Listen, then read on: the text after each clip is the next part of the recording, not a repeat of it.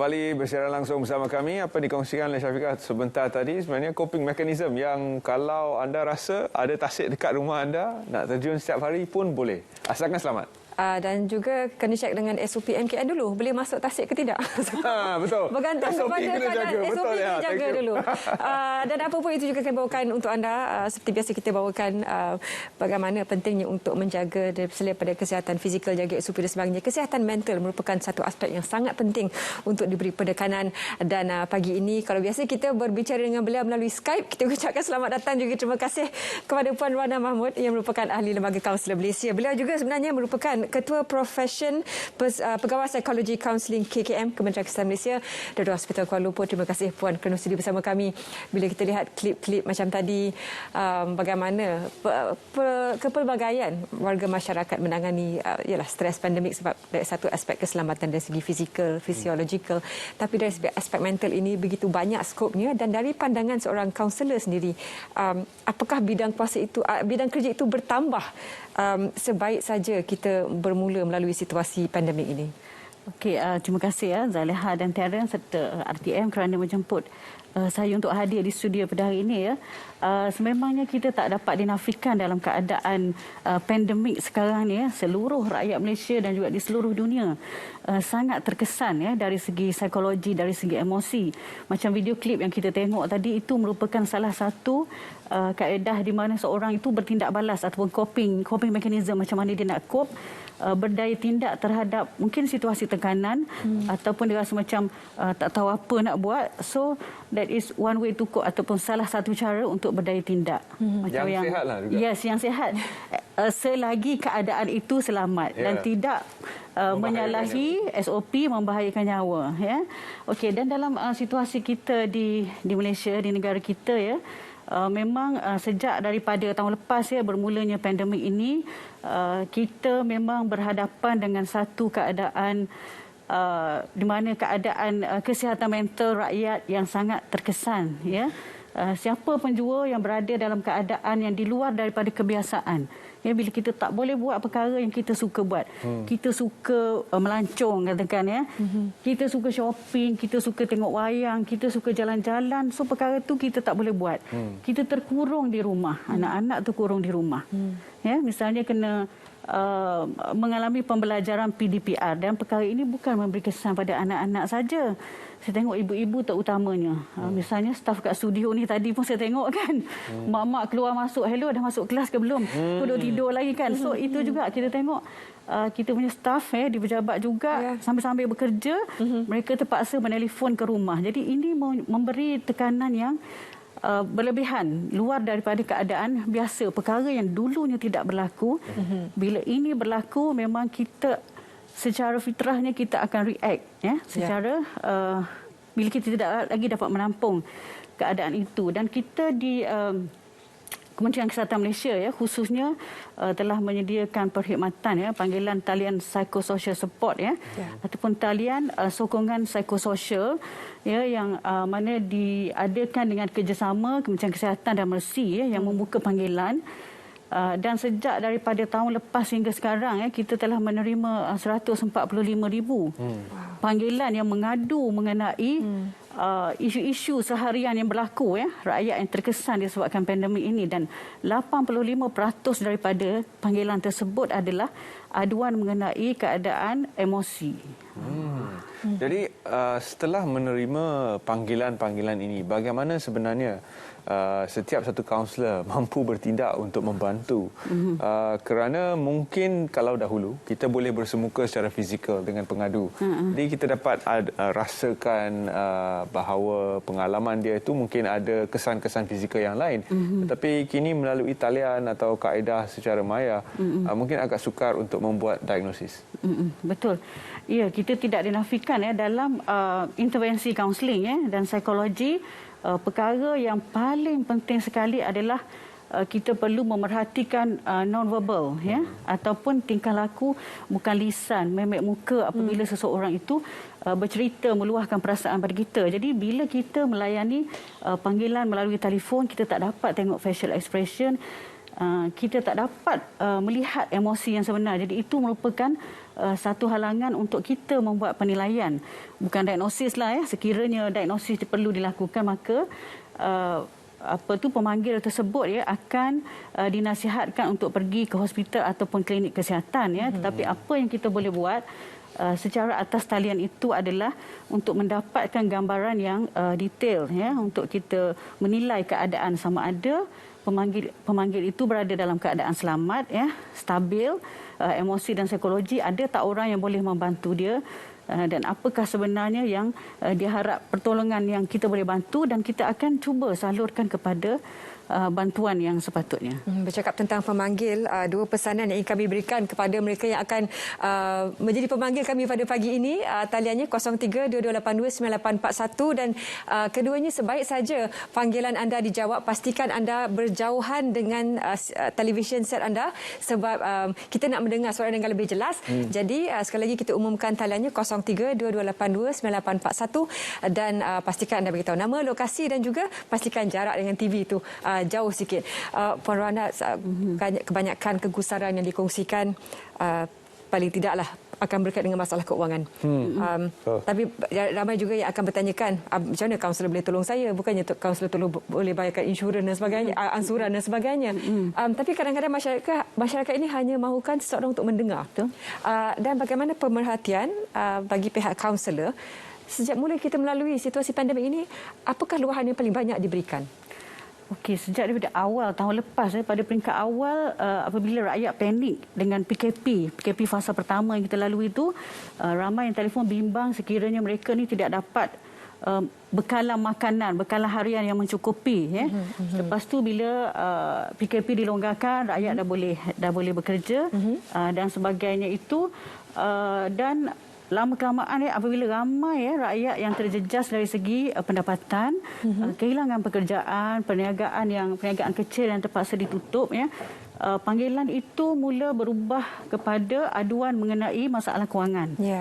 Bagaimanakah mereka boleh menyara keluarga dalam keadaan yang tak ada pendapatan langsung, dan of course memanglah kaunselor ini tak dapat bantu menghulurkan bantuan kewangan ya, tetapi apa yang kita boleh lakukan adalah menyalurkan, memberi nasihat, memberi saranan untuk mereka mendapatkan bantuan. Misalnya kalau untuk menyusun dari segi pinjaman bank, loan tu dan sebagainya adalah menggunakan kaedah AKPK ya, bantuan kewangan, kaunseling kewangan AKPK, dan juga dari segi pusat-pusat bantuan NGO dan sebagainya yang boleh menyalurkan bantuan. Baik, kita ada seorang pemanggil di talian dari Negeri Sembilan, Encik Osman. Silakan. Assalamualaikum. Hello, Cik Osman. Hello. Assalamualaikum, Cik Osman. Rosman, silakan. Saya Rosman dari Sembilan. Ya, silakan. Saya nak tanya, semenjak saya tak kerja, Okey. saya mengalami anxiety. Anxiety, okey. Saya tak kerja. Lepas tu, saya takut keadaan luar pasal COVID ni. Oh, okey. Dari satu, saya ada jumpa kaunselor untuk berbincang yang saya sakit sekarang. Okey, teruskan. Okay. Jadi apa yang boleh Encik Osman kongsikan tentang situasi Encik Osman? Tolong jarakkan diri daripada televisyen atau tutup terus skrin televisyen itu. Okey. Okey, macam mana saya nak atasi saya punya anxiety tu? Terkadang saya malam tak boleh tidur. Okey, terima kasih. Kita akan cuba bantu. Terima kasih. Ini merupakan satu yang agak lazim juga. Semakin banyak tampil kepada pihak perubatan, dan apakah ini merupakan satu perlambangan bahawa masyarakat semakin peka dengan keadaan kesihatan mereka? Okey, bila kita mendengar aduan yang disampaikan oleh Cik Rosman tadi, memang ini adalah satu keadaan yang sangat banyak berlaku. Semakin ramai yang tampil untuk mendapatkan bantuan dari segi bantuan psikologi, bantuan kaunseling. Saya setuju bila Zaliha cakap sebenarnya orang ramai semakin peka, semakin sedar mengenai keadaan kesihatan mental mereka. Dan sekiranya berlaku keadaan seperti yang Cik Rosman tadi, ya, perkara pertama sekali adalah kita kena sedar dan terima bahawa saya sedang mengalami satu situasi kesihatan mental yang agak terjejas. Sebab kalau dalam keadaan seharian, ya, seorang yang kita katakan mempunyai kesihatan mental yang baik, kita boleh handle stres, kita boleh handle situasi yang kita hadapi sehari-hari, boleh bekerja dan boleh produktif, boleh menyumbang kepada masyarakat. Tetapi apabila kesihatan mental kita mula terjejas, kita akan mula berhadapan dengan perkara-perkara yang kita tak boleh tangani. Stres pun kita dah tak boleh handle. Jadi itulah indikator atau petanda bahawa kita memerlukan bantuan, dan cara untuk mendapatkan bantuan adalah kita pergi mendapatkan perkhidmatan berjumpa dengan kaunselor ataupun pegawai psikologi yang disediakan di klinik kesihatan ada, di pejabat Jabatan Kebajikan Masyarakat di daerah ada, di LPPKN pun ada, dan juga talian-talian bantuan psikososial, ya. Dan mereka ini, kaunselor dan ahli psikologi ini akan mengajar, ya, bagaimana untuk menangani kebimbangan sekiranya keadaan kebimbangan itu berterusan, ya, misalnya melebihi 2 minggu, dan dengan simptom-simptom yang boleh membawa kepada kemurungan, maka, ya, individu tersebut perlulah mendapatkan rawatan lanjut, pergi berjumpa dengan pakar psikiatri untuk mendapatkan diagnosis dan rawatan yang perlulah. Dan ini adalah nombor talian sokongan psikososial COVID-19. Jadi kepada Encik Rosman dan juga para penonton kita yang mungkin mengalami situasi yang sama, sila berhubung dengan kaunselor-kaunselor terlatih yang bersedia untuk membantu anda di talian ini. Ini adalah sebenarnya satu situasi yang bukan saja berlaku di Malaysia tapi juga di seluruh dunia. Tapi permasalahannya mungkin ada yang terlepas daripada diagnosis perubatan yang mana perlukan bantuan dari segi ubat itu sendiri. Bagaimanakah kaunselor-kaunselor ini boleh memberi satu diagnosis yang menyeluruh walaupun mereka ini hanya berhubung melalui telefon, dan bagaimana pula ubat nanti akan sampai kepada individu tersebut? Okey, sebenarnya sekiranya seseorang individu itu belum pernah didiagnos, belum pernah berjumpa dengan pakar perubatan, maka kita tidak bolehlah semudah itu nak mencadangkan mereka mengambil apa-apa jua ubatan, ya. Untuk rawatan pertama mereka perlu pergi diperiksa oleh pakar perubatan, pakar psikiatri, barulah diagnosis itu boleh dibuat, dan pakar akan memberikan ubat-ubat untuk mengawal keadaan mereka. Dan peranan kaunselor adalah lebih kepada memberikan sokongan emosi, mendengar luahan perasaan mereka dan mengajar bagaimana untuk mereka boleh berdaya tindak menghadapi situasi seharian. Kita ambil dahulu pemanggil di talian dari Johor Bahru, Cik Nuriza. Kita minta Cik Nuriza jauhkan dulu daripada televisyen supaya kita dapat dengar suara dengan lebih jelas. Assalamualaikum, selamat pagi. Hello, Puan Nuriza. Ya, saya Puan Nuriza daripada JB. Masalah saya ni tak bekerja disebabkan saya menghadapi berbagai penyakit seperti jantung, darah tinggi, kencing manis dan semput. Apabila saya pergi kebajikan masyarakat, dia tolak disebabkan dia kata saya boleh lagi bekerja. Ramai lagi yang susah. Saya tak tahu apa sekarang.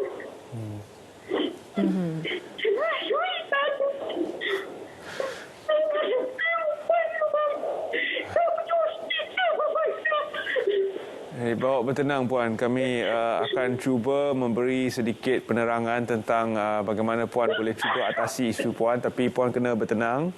Bawa bertenang dulu. Dia bisa kata apa tu? Dia kata COVID memang semua terkesan. Bukan awak saja. Jadi apa tu? Kalau kita kebajikan masyarakat jaga macam tu. Takkan berjaga macam tu. Dan lepas ni lagi saya tak pergi. Baik. Terima kasih, Puan. Kita akan cuba jawab. Puan bawa bertenang, ya, Puan. Sila jarakkan diri daripada TV. Kalau berhubung sekali lagi dengan kami, kita akan cuba jawab panggilan Puan dan juga soalannya. Kadang-kadang akan timbul isu di mana pihak masyarakat yang mungkin ada isu kesihatan mental berhubung dengan satu pihak yang mana mereka harap boleh membantu, namun disisihkan dengan pelbagai alasan seperti apa yang telah diterima oleh Puan tadi. Jelas Puan ini mempunyai sedikit kerisauan kerana tidak ada sumber pendapatan dan sebagainya. Jadi bagaimana untuk kita pastikan frontliner kita yang berurusan dengan individu-individu seperti ini terlatih untuk mengesan isu-isu kesihatan mental? Okey.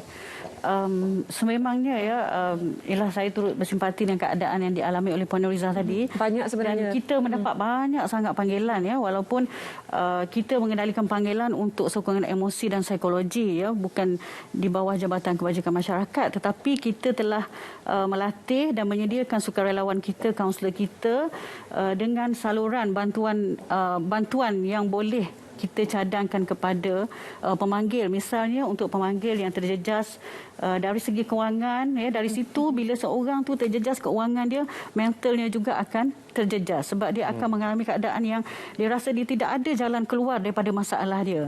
Ya, so macam kalau dalam keadaan Puan Nuriza tadi, selain daripada bantuan JKM ya, ada juga lagi pihak-pihak lain ya, agensi, sama ada agensi kerajaan seperti pihak zakat, pihak Baitul Mal dan juga lain-lain NGO yang boleh menyalurkan juga bantuan. Maknanya kita akan bincangkan alternatif, tidak terhenti pada satu jalan penyelesaian sahaja. InsyaAllah ya, kaunselor akan membantu. InsyaAllah Puan cuba berhubung dengan pihak yang telah pun kami letakkan di skrin.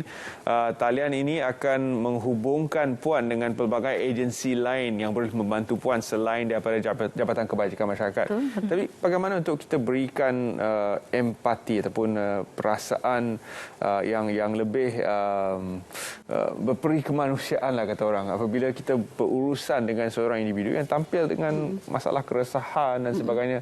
Daripada nada suara Puan itu kita pun sudah tahu bahawa beliau telah mencuba. Betul.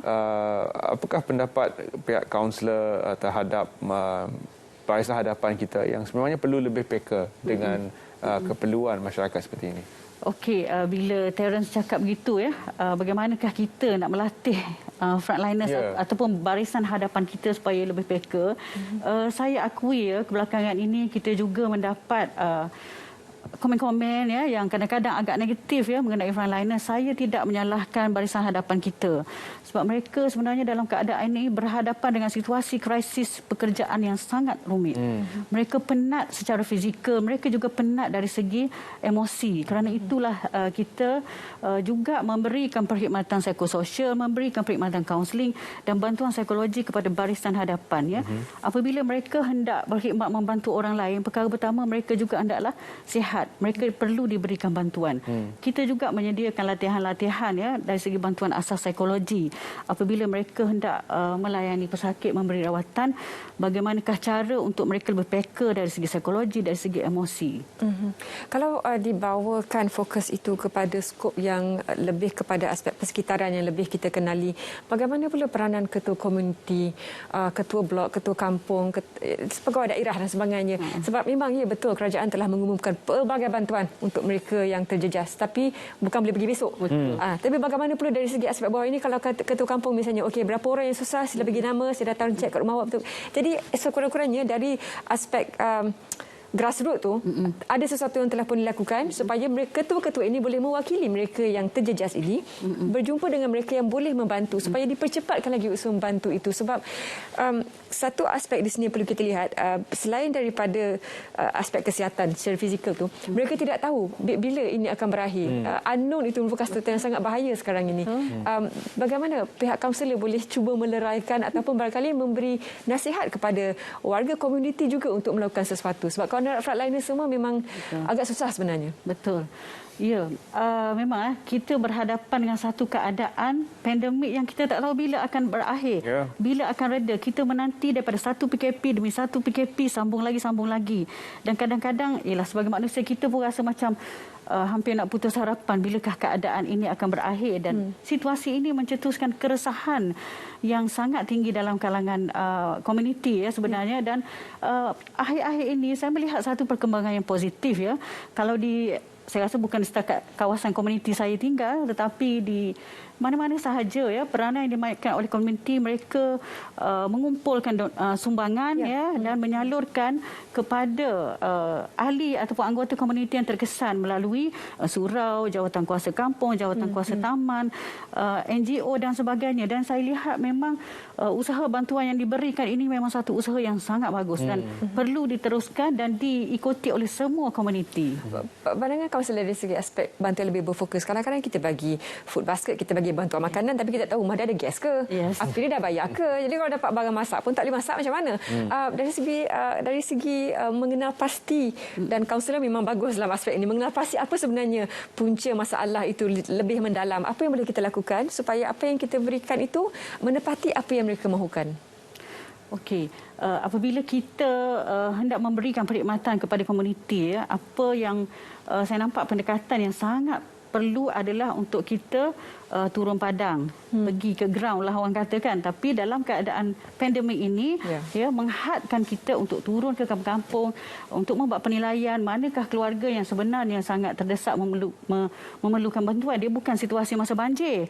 Masa banjir 2014 dulu, saya bersama tim saya dan semua kaunselor pegawai psikologi masuk kampung, turun bukit, masuk sungai semua untuk mencari siapakah rakyat yang terkesan memerlukan bantuan. Tapi kali ini kita hanya boleh melihat dari jauh, mendapatkan maklumat. Jadi inilah peranan ketua-ketua komuniti itu, sama ada ketua kampung ke, komuniti surau ke, dan orang-orang perseorangan, jiran, pandang jiran kita kiri kanan. Ada makanan ke jiran kita ni? Adakah keperluan asas mereka? Jadi itulah kita kena sebagai warga komuniti, kita sendiri kena memainkan peranan. Jangan tunggu orang lain. Kena menyibuk sebenarnya. Kena menyibuk, kena jadi busybody. Kena prihatinlah kalau rumah yang lebih cantik, tapi betul kita kena ambil tahu orang sebelah-sebelah. Betul. Baik, kita ada seorang lagi pemanggil dari Melaka, Encik Nordin. Hello, Assalamualaikum Encik Nordin. Ya, Waalaikumsalam. Apa khabar? Alhamdulillah. Baik, Encik Nordin. Apa khabar? Saya ingin ada soalan-soalan yang agak ingin nak tanya pada Puan. Silakan. Silakan. Jadi, yang pertama saya nak tanya, bagaimana cara kita untuk mengatasi masalah diri kita masing-masing, tentang masalah stres kita ni. Stres yang pertama, kita tanggungan kita ramai. Satu. Yang kedua, rumah sewa. Kemudian nak beli barang makanan. Kemudian masalahnya kerja pula kena berhenti. So macam mana? Ini dan lagi satu, janji-janji yang telah dijanjikan seperti macam mana di Johor Bahru yang saya dengar tadi tu, lebih kurang sama juga macam itu. Isi borang, masuk borang, isi orang lalasnya tak dapat. Ada masalah-masalah yang tak boleh nak diterima. Itulah untuk mengatasi masalah satu Malaysia. Macam itulah cara dia. Saya kesian tengok wanita tadi daripada ibu daripada Johor Bahru tadi. Ini yang saya cerita lah. Tolong dapat diberikan sedikit pandangan dan pelajaran pada kami semua. Sekian, terima kasih. Terima kasih Encik Nordin. Waalaikumsalam. Yang begitu Encik Nordin ni bunyi macam ketua komuniti juga. Sangat tenang orangnya. Gagaskan beliau untuk membantu kerana suaranya tenang dan soalan dia pun disusun dengan begitu rapi. Pengamatan daripada apa yang kita dengar tadi berbanding dengan Cik Nordin menunjukkan bahawa Cik Nordin ni dia orang yang lebih tenang. Tetapi soalan dia tu memang tetap sama.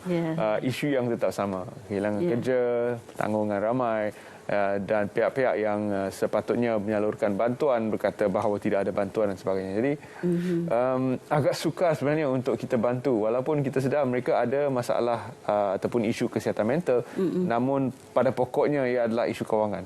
Betul. Saya pernah mendapat memanggil seorang lelaki yang telah kehilangan pekerjaan. Masa dia telefon saya, dia kata, "Puan, saya ni anak saya ada 6. Saya baru saja diberhentikan kerja sebab syarikat tu dah tutup. Dalam poket saya ni hanya ada RM5 je. Puan boleh bayangkan macam mana saya nak menyara keluarga saya, rumah saya rumah sewa dan saya tak ada duit simpanan." Of course, ialah pada kita tak terbayang nak menyara sebuah keluarga yang besar dengan hanya duit RM5, ya. So apa yang kita boleh bantu adalah kita tanya dia berada di mana, apakah sistem sokongan yang ada, dan kita juga memberitahu apakah bentuk-bentuk bantuan yang dia boleh dapat. Misalnya untuk makan, ada setengah komuniti masjid memang menyediakan food basket atau bakul makanan untuk sekeluarga yang mereka boleh top up, boleh ambil lagi apabila habis. Dan juga kita bincangkan dari segi alternatif kehilangan pekerjaan. Saya melihat juga satu perkara yang saya rasa positif dalam pandemik ini, di sebalik ramai perniagaan yang tutup, ramai orang hilang pekerjaan, ya, dari segi peluang-peluang perniagaan secara atas talian itu sangat maju sebenarnya. Tinggal lagi kita kena mengenal pasti potensi yang ada pada diri kita. Mungkin kita ni seorang yang pandai masak, buat kek, bakery dan sebagainya, ambil order dan jual. Ataupun kita pandai buat nasi lemak saja. So kita fokus buat nasi lemak. Saya rasa kita kena lebih kreatif dalam keadaan sekarang untuk meneroka ataupun explore apakah peluang-peluang untuk mendapatkan pendapatan, dan berkait dengan macam dah isi borang dijanjikan tapi tak dapat, ya, sebenarnya memanglah, ya, hasrat kerajaan, hasrat semua agensi kerajaan untuk membantu semua rakyat yang terkesan. Cuma kadang-kala dari segi kaedah penyampaian tu ada berlaku kelewatan, ya. Betul, yang tertarik sebenarnya dengan apa yang telah Puan Rohana sebutkan tadi, walaupun tugas beliau seorang kaunselor, ada avenue pilihan-pilihan diberikan. Okey, you boleh buat apa kemahiran anda apa. Jadi itu sebenarnya masyarakat ingin dengar. Mungkin tidak ada penyelesaian ketika itu, tetapi dibukakan jalan-jalan ini, pilihan ini kepada mereka untuk membuat pilihan seterusnya. Pemanggil terakhir kami pagi ini, kalau boleh kita ambil semua, tapi akibat kekangan masa kita ambil dahulu. Hello, Assalamualaikum, selamat pagi. Encik Azman dari Pahang, silakan. Waalaikumsalam. Silakan Encik Azman. Saya daripada Pahang. Yang soalan saya mengenai emosi lah, kerana emosi. Jadi tiada dapat dah tahun lebih dah. Jadi saya risau di sini dari segi emosi, tekanan, dari segi nak dapat sumber. Macam mana doktor boleh beritahu nak mengatasi masalah ni? Masalah emosi, keresahan. Ya, saya. Baik, terima kasih. Encik Azman mengalami apa yang mungkin ditaktifkan sebagai kelesuan pandemik, di mana satu dunia pun kita sedia maklum bahawa disebabkan situasi lockdown ataupun perintah kawalan pergerakan yang berpanjangan walaupun berfasa di Malaysia, namun disebabkan buka tutup, kita alami situasi keresahan itu. Apakah cara untuk mengatasi kelesuan pandemik? Betul, ya. Memang seperti yang Terence cakap, kelesuan pandemik, ya, itu adalah satu istilah yang kita boleh katakan boleh menggambarkan, ya, kepada pemanggil tadi. Apabila kita berada dalam keadaan yang sangat lama, ya, yang kita tak nampak jalan kesudahannya tu, kita lama-lama kita akan jadi lesu. Pada peringkat awal mungkin kita rasa kita masih lagi boleh berfikir, boleh lagi berfikir secara rasional, ya, begitu dan begini dari segi plan penyelesaian, tapi lama-lama kita jadi letih berfikir, letih nak tukar daripada plan A kepada plan B kepada plan C. So lama-lama kita akan menghadapi satu keadaan yang kita rasa macam nak putus asa, kita rasa semakin bimbang. Okey, so jadi sekiranya ada, ya, rakyat atau penonton yang merasa begini, berterusan mereka seolah-olah terperangkap dalam pemikiran yang dia berpusing-pusing, tak ada jalan keluar.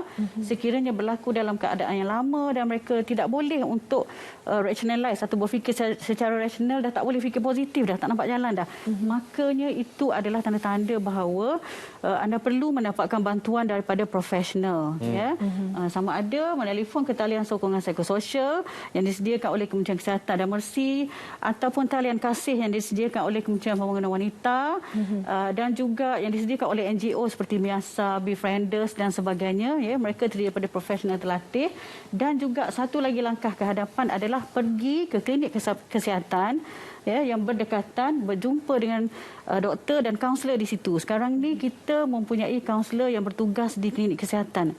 Ya, disebabkan keadaan pandemik ini dan situasi kesihatan mental rakyat ini, ya, kerajaan telah meluluskan pengambilan 200 orang kaunselor secara kontrak ditempatkan di klinik kesihatan seluruh Malaysia untuk memudahkan rakyat, ya, di seluruh negara, di daerah-daerah terpencil mendapatkan perkhidmatan kaunseling. Jadi pergilah ke klinik. Ada apa yang Puan sebutkan tadi, kadang-kadang ada ada juga kerisauan di kalangan para warga masyarakat kalau pergi ke klinik, sebab sekarang ni kita cuba nak mengurangkan pergerakan orang keluar.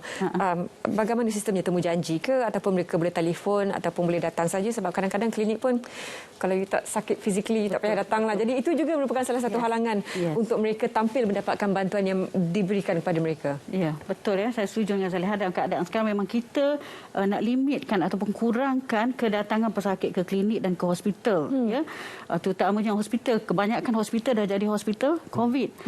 Tetapi untuk mendapatkan rawatan asas, ya, sekiranya seseorang itu merasa dia dah tak boleh nak handle diri dia sendiri, ya, dah tak boleh tidur, dah berhari-hari resah, tak boleh dah, dia punya fungsi kehidupan hariannya sudah terjejas, maka dia perlu mendapatkan rawatan di klinik. Tetapi sekiranya dia rasa dia masih lagi boleh menangani emosi dia, boleh meneruskan fungsi kehidupan harian, boleh masak, makan, tidur dan menguruskan keluarga seperti biasa, mungkin cuma ada keresahan, dia nak bincang, nak orang mendengar, yang tu boleh menggunakan telefon. Baik, itu adalah pengamatan kami tentang isu-isu kesihatan mental yang berbangkit di dalam negara. Pastikan anda berhubung secara terus dengan pakar menerusi talian yang telah pun kami letakkan di skrin sebentar tadi. Dan selain daripada itu, wujud juga sistem sokongan melalui NGO seperti Befrienders yang disebutkan oleh Puan sebentar tadi. Dan yang paling penting adalah kita kena sokong sesama sendiri. Kalau berada dalam satu sistem keluarga, maka kita sokong sesama sendiri, individu-individu yang mempunyai kerisauan atau keresahan. Sekiranya boleh membantu lebih lagi dari segi keuangan ataupun bekalan makanan, apa yang ada sedikit boleh dikongsi sedikit, jadi sedikit sebanyak keresahan itu dapat dikurangkan dan dapat ditangani bersama. Selepas ini kita akan bincangkan juga tentang